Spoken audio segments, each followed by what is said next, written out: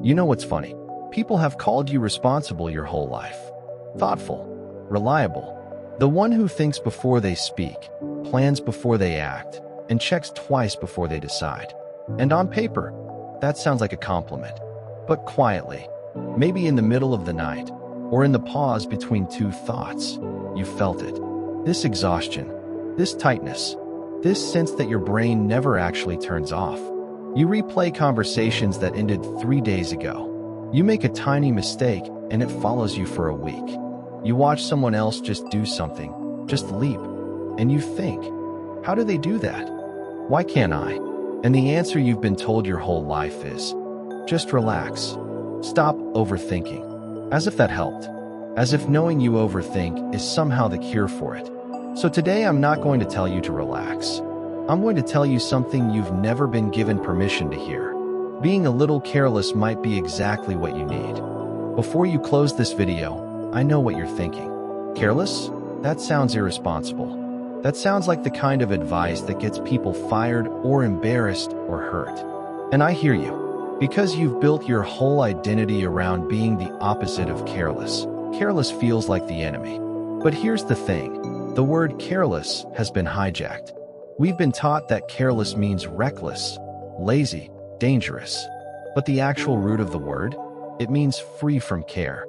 Free from the constant, grinding weight of caring too much about every outcome, every opinion, every possible mistake. Think about the people you envy. Not the chaotic ones, but the ones who just seem light. Who make a decision without a 3-hour internal debate. Who say what they think without editing it 5 times first. Who do something new without needing a guarantee it'll work out. That's not recklessness. That's freedom. And freedom is exactly what I'm talking about today. Not stop caring about anything, but rather stop caring about everything. There's a massive difference. And learning that difference might be the most useful thing you do this year. Let me paint a picture, and tell me if this sounds familiar. You wake up with good intentions. You want to be productive. You have a list. You have a plan. But somewhere between the plan and the action, something happens. Your brain starts asking questions. What if I do it wrong? What if someone judges me? What if this is the wrong decision? What if I'm not ready yet? And suddenly, the morning is gone. Not because you were lazy, but because your mind was working overtime on problems that hadn't even happened yet. You're exhausted, not from doing too much, but from thinking too much. Here's what excessive carefulness actually costs you. And most people never calculate this bill. It costs you time. Not dramatically, just 5 minutes here, an hour there, a week of waiting until you feel ready. But those moments add up into years. It costs you opportunities.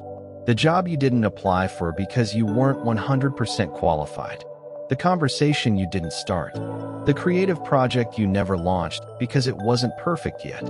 It cost you energy, hypervigilance. That constant state of bracing for something to go wrong is physically exhausting.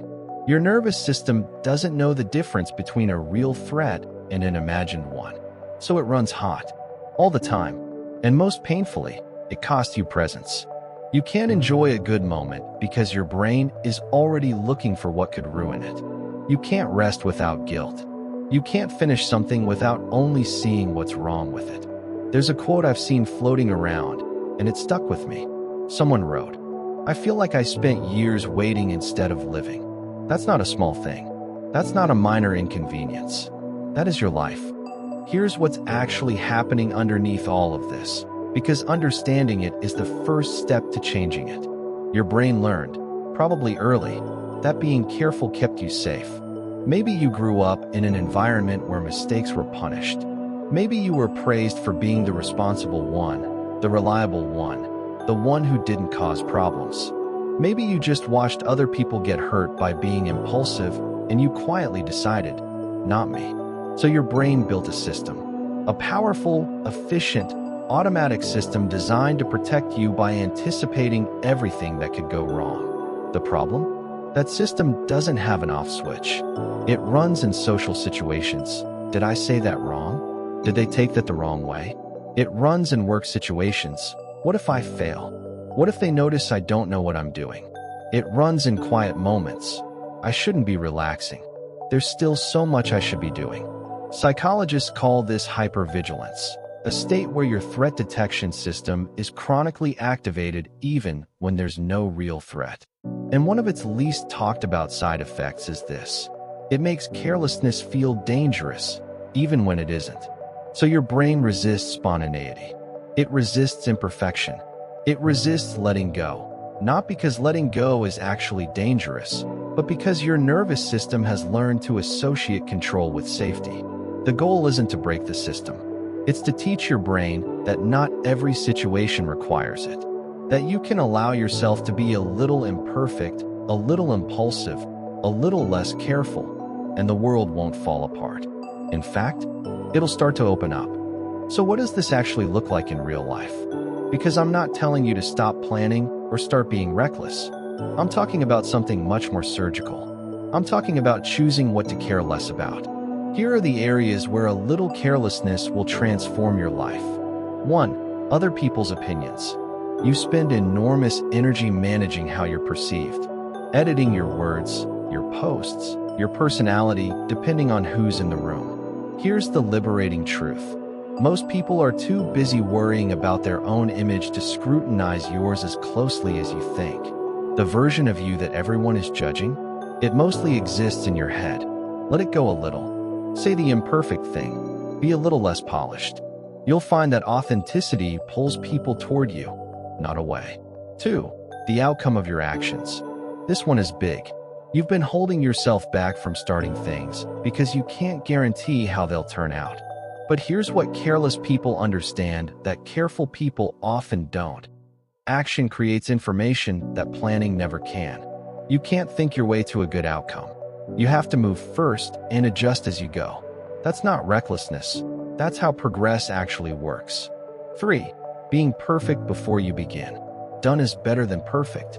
I know you've heard that before and rolled your eyes. But there's a real reason it keeps getting said. Perfection is a standard that moves. Every time you get close, it shifts. Letting go of that standard just enough to start and to finish is a form of carelessness that will produce more in your life than any amount of extra preparation ever could. 4. Replaying your mistakes.